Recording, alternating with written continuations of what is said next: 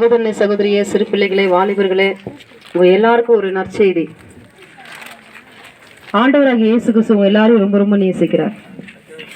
இந்த உலகத்துல மனுஷனுடைய பிறப்பு ரொம்ப, இந்த உலகத்துல எவ்வளோ பேர் பிறந்தாங்க. எல்லாருடைய வாழ்க்கையும் பார்த்தீங்கன்னு சொன்னா மனுஷன் பிறப்பு இறப்பு, ஒரு மனுஷனுடைய வாழ்க்கையில அது ரெண்டு காரியம் தான் நடக்கும்.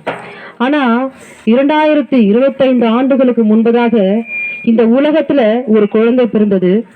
அந்த குழந்தை யாருன்னு சொன்னா அவர் தான் ஆண்டவராகிய இயேசு கிறிஸ்து. அவர் ரட்சகர், அவர் மேசியா, அவர் பாவிகளை ரட்சிக்க இந்த பூமிக்கு வந்த அவர் தேவனுடைய குமாரன்.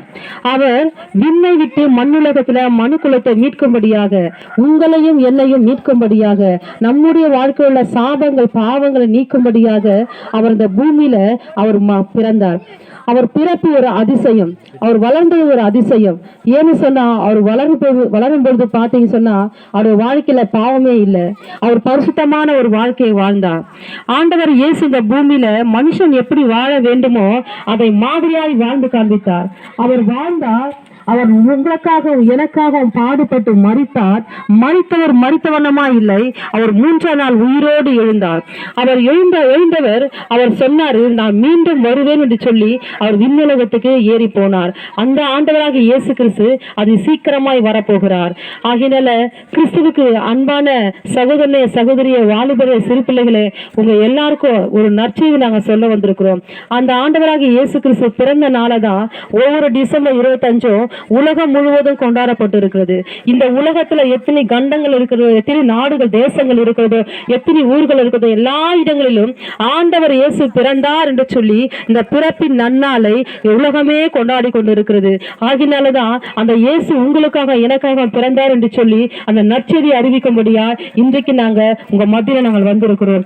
ஆகினால அந்த ஆண்டவராக இயேசு கிறிஸ்து மனுஷனுடைய பாவங்களுக்காக, மனுஷன் செய்த பாவங்களோடு மனுஷன் மரிப்பானால், ஒரு மனுஷன் பாவத்தோடு மரிப்பாரானால் அந்த மனுஷன் அந்த பாவத்திலே மரிக்கும் போது அவன் நித்திய நரகத்துக்கு போகிறான். அந்த நித்திய நரகத்துக்கு மனுஷன் போகக்கூடாது என்பதற்காக தான் ஆண்டவராக இயேசு கிறிஸ்து அவருடைய பரிசுத்தமான ரத்தத்தை இந்த பூமியில உங்களுக்காகவும் எனக்காகவும் சிந்தினார். அவர் மரிக்கும் வரைக்கும் சரீரம் முழுவதுமாய் உள்ள எல்லா ரத்தங்களும் சிந்தப்பட்டது, ஊற்றப்பட்டது.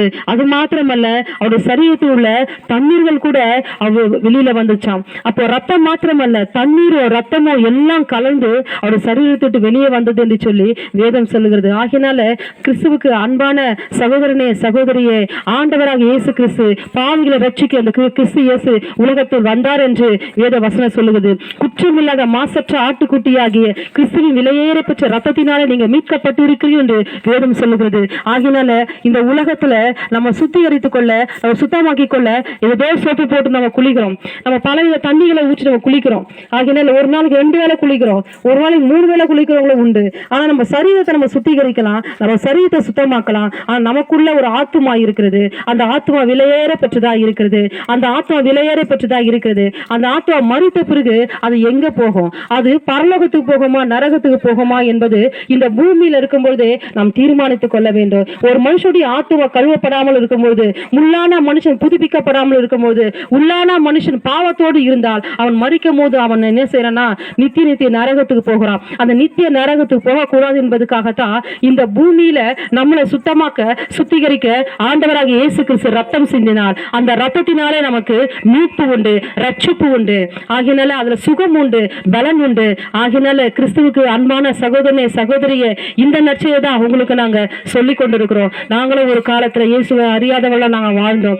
ஆண்டவர் இயேசுவை தெரியாத ஒரு காலத்துல வாழ்ந்தோம். எங்களுக்கும் ஒருத்தர் இப்படிதான் சொன்னாங்க, பல பேர் சொன்னாங்க, ஆண்டவர் இயேசுவை குறித்து நாங்க கேட்கல, ஆனா எங்களுடைய வாழ்க்கையில பெரிய பிரச்சனை, பெரிய பாடு, வாழ்க்கையே வாழ முடியாதபடிக்கு நாங்க தள்ளப்பட்டோம். ஆண்டவர் இயேசுவை குறித்து எங்களுக்கு சொன்னாங்க. நாங்க இயேசுவை நம்பி போனோங்க. இயேசுவை நம்பி போனதுனால தான் இந்த நாள் வரைக்கும் நாங்க வாழ்ந்து கொண்டு இருக்கிறோம். இந்த நாள் வரைக்கும் நாங்க வாழ்ந்து கொண்டு இருக்கிறோம். நாங்க பெற்ற நன்மையை தான் உங்களுக்கு நாங்க சொல்லி கொண்டு இருக்கிறோம். நீங்க ஒருவேளை நினைக்கலாம், இவங்கெல்லாம் வேற வேலை வெட்டியே இல்லையா, தெருவில் பேசிட்டு இருக்கிறாங்களே அப்படின்னு சொல்லிட்டு. அப்படி இல்லைங்க. நாம் பெற்ற இன்பத்தையும் நாம் பெற்ற பெற்ற நன்மையும் மற்றவர்களுக்கு சொல்லணும்னு சொல்லி தான் நான் உங்களுக்கு சொல்லி கொண்டு இருக்கிறோம். ரேஷன் கடையில் புடவை போடுறாங்க, வேட்டி கொடுக்குறாங்கன்னு சொன்னா நம்ம வந்து எல்லாருக்கும் சொல்றது இல்லையா? ரேஷன் கடைக்காரர் வந்துட்டாரு, வாங்க புடவை வாங்கிக்கிங்க, அரிசி வாங்கிக்கிங்க நம்ம சொல்றோமே, மாசம் மாசம் தெரிஞ்சுக்கலாம் சொல்றோமே. அப்போ நாங்க பெற்ற இன்பம் என்பது, நாங்க பெற்றிருக்க சந்தோஷம் என்பது நித்தியமான சந்தோஷம், நித்தியமான ஒரு சமாதானம். அந்த சமாதான சந்தோஷத்தை தான் இன்னைக்கு உங்களுக்கு நாங்க சொல்றோம். ஆகினால கிறிஸ்துவுக்கு அன்பான சகோதரனே சகோதரியே, ஆண்டவர் இயேசுவை உங்க இருதயத்துல நீங்க நம்பும்போது உங்க வாழ்க்கையில ஆண்டவர் பெரிய அற்புதங்களை செய்வார், பெரிய அதிசயங்களை செய்வார். அவர் வியாதிலிருந்து குணமாக்குவாருங்க, உங்க வாழ்க்கையுள்ள தரித்திரத்தை நீக்குவாருங்க, உங்க வாழ்க்கையுள்ள சாபத்தை நீக்குவாருங்க, உங்களுக்கு இருக்கிற பிரச்சனை நீக்குவாருங்க. இன்னைக்கு பணம் இருந்தா தான் மனுஷங்க நம்ம தேடி வருவாங்க, பணம் இருந்தா தான் நம்மளை மதிப்பாங்க. ஆனா இயேசு அப்படிப்பட்டவர் இல்ல. நீ எந்த நிலைமையில இருந்தாலும், நீ எப்படி இருந்தாலும், யாரால் புறக்கணிக்கப்பட்டு இருந்தாலும், நீ படிக்கிறியோ படிச்சில்லையோ, அழகா இருக்கிறியோ அசிங்கமா இருக்கிறியோ, நீ வசதியா இருக்கிறியோ வசதி இல்லாம இருக்கிறியோ, நீ எந்த சூழ்நிலை இருந்தாலும் நீங்க இயேசுவை மாத்திரம் ஆண்டவரேன்னு கூப்பிட்டு பாருங்க, அவர் உங்க மத்தியில வருவார். ஏன்னா வசனம் சொல்லுகிறது, நீங்கள் அடிமைத்தனத்தின் ஆவியை பெறாமல் அப்பா பிதாவே என்று கூப்பிடப்படுகிற புத்திர சுவிகாரத்தின் ஆவியை பெற்றீர்கள் என்று வசனம் சொல்லுகிறது. ஆகினால இந்த உலகத்தில் இருக்க அப்பா அம்மா கூட சிலதை புறக்கணிச்சிடுவாங்க. உலகத்தில் உள்ள அப்பா அம்மா கூட நீ எதுக்குமே வேலைக்கு ஆக மாட்டேன், நீ எதுக்குமே நீ வேலைக்கு ஆக மாட்டேன், நீ அவ்வளவுதான், நீ இப்படிதான் சொல்லிட்டு நம்ம புறக்கணிப்பாங்க. ஆனா ஆண்டவர் இயேசு அப்படி இல்லை. நம்ம எந்த நிலைமையில் இருந்தாலும் அவர் நம்ம நேசிக்கிறார். ஏன் தெரியுமா? அவர் உங்களுக்காக எனக்காக உயிரே கொடுத்தாருங்க, உங்களுக்காக எனக்காக சிலுவையில ஜீவனை கொடுத்தாரு. அந்த ஜீவனை கொடுத்த தேவன் இன்றைக்கும் ஜீவிக்கிறார். ஆகினால அவருடைய பிறப்பின் நற்செய்தி தான் இந்த நாட்களில் உங்களை நாங்கள் சொல்லுகிறோம். ஆகினால இதை கேட்டுக்கொண்டிருக்கிற அன்பான சகோதரனே சகோதரியே, உங்களுக்கு என்ன பிரச்சனையா இருந்தாலும் சரி, உங்க இருதயத்துல நீங்க அவர் நினைச்சுக்குங்க, உங்க இருதயத்துல உண்மையா அவர் நினைங்க, இதை எனக்கு செய்வாருன்னு நினைச்சு பாருங்க, கண்டிப்பா ஆண்டவர் உங்களுக்கு அதை செய்வாரு. ஆகினால ஆண்டவர் தாமே உங்க யாவரையும் ஆசீர்வதிப்பாராக. ஆமென். உங்க யாவருக்கும் நாங்கள் செபிக்க போகிறோம். நீங்க இருக்கிற இடத்துல உங்க இருதயத்துல இதாக்க தேவைகளோடு நீங்க இருப்பீங்க. ஆனால் நீங்க உங்க மனசுக்குள்ள நினைங்க, நீங்க ஏசப்பா இதை செய்யுங்கன்னு சொல்லுங்க, அவர் செய்வார். ஏன்னு சொன்னா மனுஷனுடைய பெருமூச்சு சத்தத்தை கூட அவர் கவனித்து கேட்கிற தேவனா.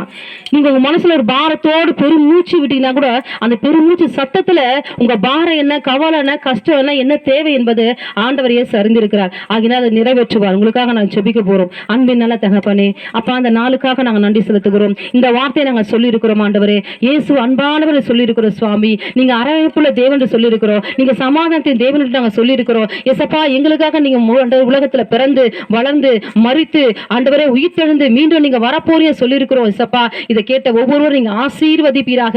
அப்பா அங்கே சூழ இருக்கிற சகோதர சகோதரிகள், தாய் தகப்பனார்கள், சிறு பிள்ளைகள், வாலிய பிள்ளைகள், ஆண்டவரே யார் யார் என்னென்ன தேவைகளோடு இருக்கிறார்களோ அவங்க தேவையெல்லாம் சந்திங்கப்பா. சுகம் தாங்க, பலம் தாங்க, ஆரோக்கியம் கொடுங்க. குடும்பத்துல அப்பா கணவன் மனைவிக்குள்ள ஒரு மனதின் ஆவியை கொடுங்க, அன்பின் ஐக்கியத்தை கொடுங்க. பிள்ளைகளுக்குள்ள பெற்றோருக்குள்ள நல்ல ஐக்கியத்தை அன்பையும் கத்தர் உண்டாக்கி தாங்க. கடன் பிரச்சனை நீக்கி போடுங்க, தேவைகளை கத்தர் சந்திங்க, நல்ல வேலையில கத்தர் கொடுங்க. இவங்க போகையில வருகளையும் பாதுகாத்துக் கொள்ளுங்க. ஆண்டவரே இவங்க பாவ சாபத்தெல்லாம் கத்தர் மன்னிங்க, இவங்க தேவையெல்லாம் சந்திங்க. கடன் பிரச்சனை விடுதலை கொடுங்க, சரீரத்துக்கு நல்ல சுகத்தை தாங்க. அப்பா எல்லா விதமான ஆண்டவரே கட்டுகளிலிருந்து கத்தர் விடுதலையாக்குங்க. அப்பா ஒவ்வொரு குடும்பத்தையும் நீங்க ஆசீர்வதிக்க நாங்கள் ஜெபிக்கிறோம். நீர் ஆசீர்வதியும் பலப்படுத்தும். இயேசு கிறிஸ்துவின் நாமத்தில் வேண்டிக் கொள்கிறோம் பிதாவே. ஆமென்.